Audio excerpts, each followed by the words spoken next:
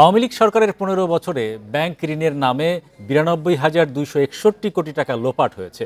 বেসরকারি গবেষণা সংস্থা সিপিডির গবেষণায় এ তথ্য উঠে এসেছে।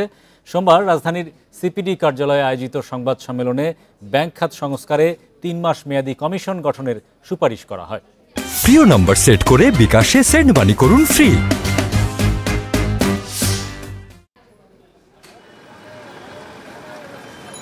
২০০৯ সালে দেশের ব্যাংক খাতের খেলাপি ঋণ ছিল ২২,৫০০ কোটি টাকা, যা ২০২৪ সালের মার্চে ছাড়ায় ১,৮২,০০০ কোটি টাকা।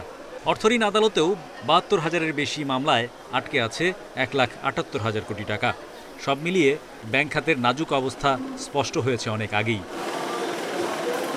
গবেষণা সংস্থা সিপিডি মনে করে, শৃঙ্খলা ফেরাতে বাংলাদেশ ব্যাংক স্বাধীনভাবে পরিচালিত হয়নি, সুবিধা দিয়েছে ক্ষমতাধর গোষ্ঠীকে।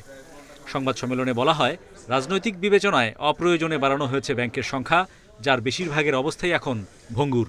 শুধুমাত্র এই ২৪টা স্ক্যামের পরিমাণ ৯২,২৬১ কোটি টাকা, যেটা কিনা এই ২০২৪ গত অর্থ বছরের যে বাজেট তার ১২%।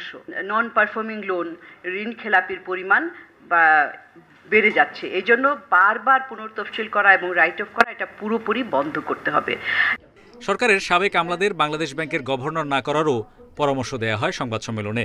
পাশাপাশি নিয়ন্ত্রক সংস্থাটির স্বাধীনতা নিশ্চিতে অর্থ মন্ত্রণালয়ের আর্থিক প্রতিষ্ঠান বিভাগ বিলুপ্ত করার তাগিদ অর্থনীতিবিদদের। এই পরামর্শ আমাদের নতুন না, এটা আমরা আগেও করেছি যে একটা ব্যাংকিং কমিশন করে তারপরে সামনের দিকে আমাদের কিভাবে যাওয়া, অর্থবিত্ত যাদের আছে, এই যে তাদের যে একটা অশুভ আঁতাত, আনহোলি অ্যালায়েন্স, যেটার মধ্যে ব্যাংককে ব্যবহার করা হয়, এই দুষ্ট চক্র ভাঙতে হলে কি করতে হবে সেটা নিয়ে কিন্তু এই কমিশন অনেকগুলো ভালো পরামর্শ দিতে পারবে বলে আমাদের বিশ্বাস। সিপিডি জানায়, গ্লোবাল ফিনান্সিয়াল ইন্টিগ্রিটির প্রতিবেদন অনুযায়ী ২০০৭ থেকে ২০১৪ সাল পর্যন্ত বাংলাদেশ থেকে আনুমানিক ৪৭ থেকে ৬৭ বিলিয়ন ডলার পাচার হয়েছে।